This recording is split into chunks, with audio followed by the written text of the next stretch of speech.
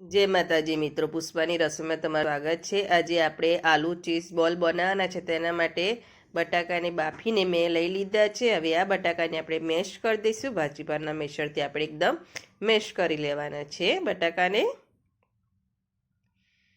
દબાવીને સરસ મેશ કરી લઈશું। આપણે એક પણ કણી ના રહે એવો મેશ કરી દેવાના છે। મેશ થઈ ગયા છે બટાકા। હવે મસાલા કરીશું। એમાં સ્વાદ અનુસાર આપણે મીઠું લઈ લઈશું।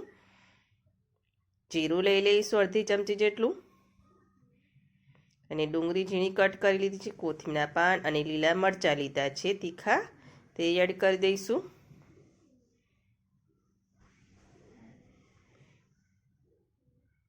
ઓરેગાનો લઈ લઈશું, એક ચમચી જેટલો ઓરેગાનો લીધો છે,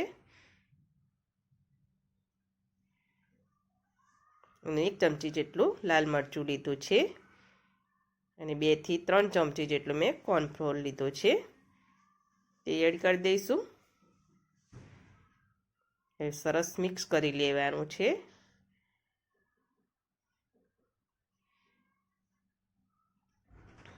આવડતી મસળીને સરસ મિક્સ કરી લીધું છે।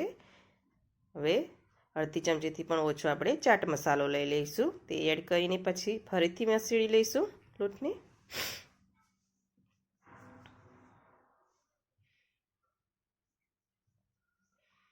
મસળીની સરસ ડો ફોર્મમાં થઈ ગયું છે। હવે હાથ પર તેલ લગાવી લીધું છે અને નાના નાના બોલ્સ વાળી લઈશું, ને આ રીતે હોલ કરી દઈશું, અને વચ્ચે આપણે ચીઝ મૂકી દઈશું। આપણે આલુ ચીઝ બોલ બનાવીએ છીએ તેથી ચીઝ લઈ લઈશું, અને પાછું એને ફોલ્ડ કરીને સરસ રોલ વાળી દઈશું। આ રીતે જો આ રીતે આપણે બોલ વાળી દેવાના છે। બીજો બોલ વાળી લઈશું, વચ્ચે હોલ કરીને આપણે ચીઝ લઈ લેવાની છે। આવી રીતે આપણે બધા બોલ્સ વાળી દેવાના છે।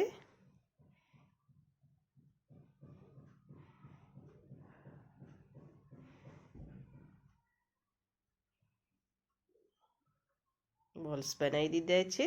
જો આવી રીતે આપણે બધા બનાવી દઈશું। બધા બનીને રેડી થઈ ગયા છે। હવે આ બોલ્સને આપણે તળી લઈશું। તેના માટે તેલ ગરમ કરવા મૂકી દીધું છે। હવે એક એક બોલ્સ અંદર તેલમાં એડ કરીને આપણે એને તળી લેવાના છે। ગેસની આંચ ફાસ્ટ જ રાખીશું, ને બધી સાઈડ એને ફેરવીને સરસ ગોલ્ડન બનાવી દઈશું। 5 મિનિટ જેવું લાગે છે બોલ્સને તળાતા। આંચ ફાસ્ટ જ રાખવાની છે, આપણે સ્લો નથી કરવાની। હવે પ્લેન પર જ આપણે આ બોલ્સને તળવાના છે।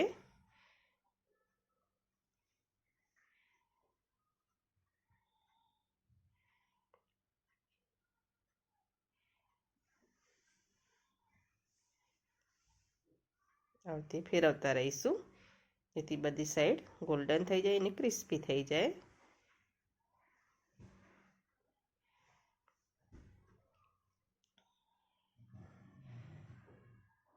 થઈ જવા આવ્યા છે, એકદમ ગોલ્ડન બનીને રેડી થઈ ગયા છે। બોલ્સને બહાર લઈ લઈશું,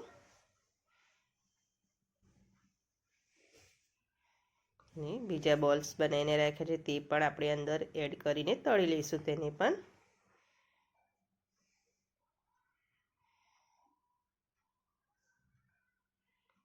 પણ બે સાઈડ ફેરવીને સરસ ગોલ્ડન અને ક્રિસ્પી કરી દઈશું।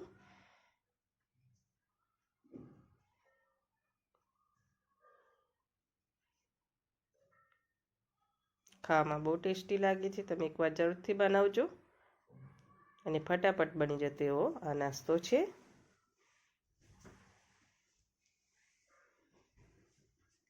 થઈ જવાયું છે,